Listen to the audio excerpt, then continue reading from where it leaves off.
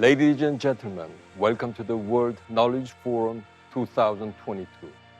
We are currently faced with multiple challenges, including the global pandemic, the war in Ukraine, significant disruptions in supply chains, inflation, and climate change. Arnold Toynbee, the English historian and a philosopher of history, pointed out that the history of mankind is a series of cycles of challenges and responses. The World Knowledge Forum 2022 will be held under the theme of super compensation to discuss prosperity after crisis and how to respond wisely to grand challenges. Here are two encyclopedias. One was published in Paris, France in 1751, and the other in Beijing, China, around the same period of time. The encyclopedia published in Paris was written by a collaborative group of about 140 top-notch European intellectuals, including Voltaire and Rousseau.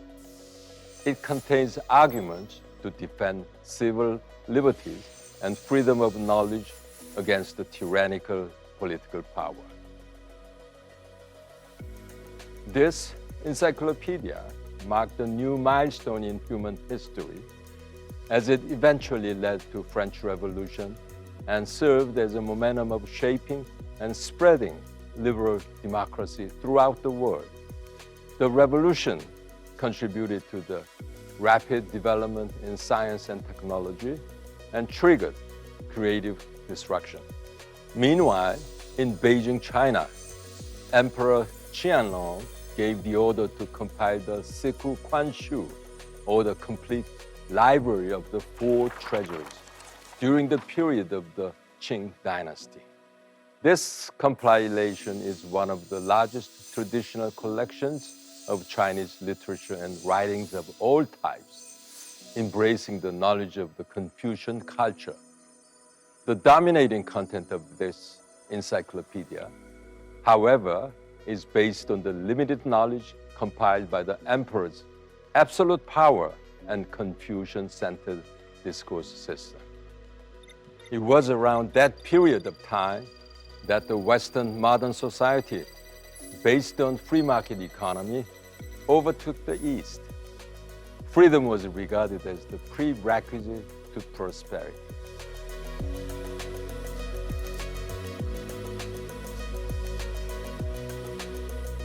The history of mankind was shaped through major crises, but freedom was consistently the driving force in overcoming the hardships.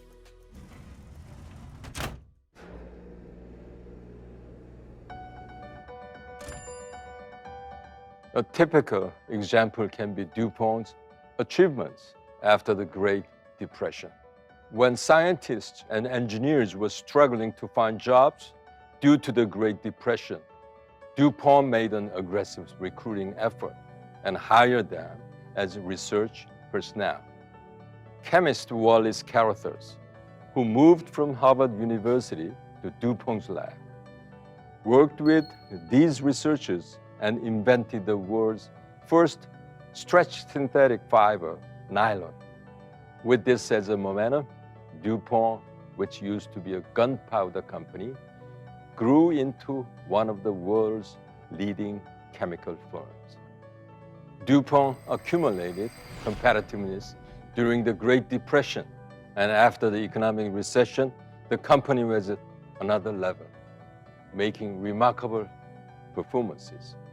This was indeed a good example of supercompensation. If it were not for the financial freedom, DuPont would have had a difficult time making such drastic decisions.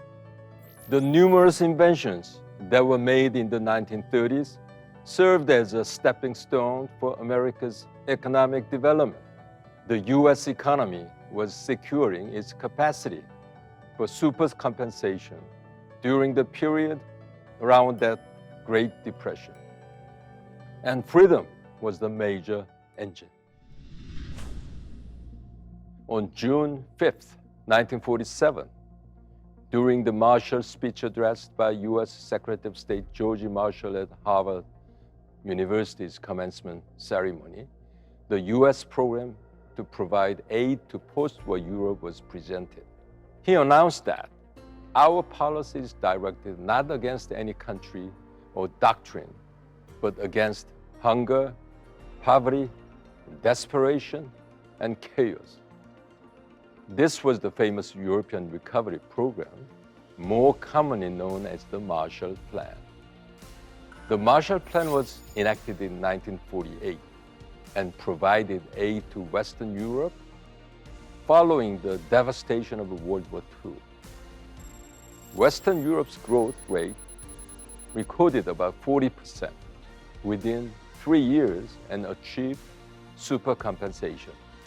The philosophy of the Marshall Plan was directly applied to the policies towards economic revival in Japan, Korea, and Taiwan, and ultimately contributed to the economic miracles in Asia.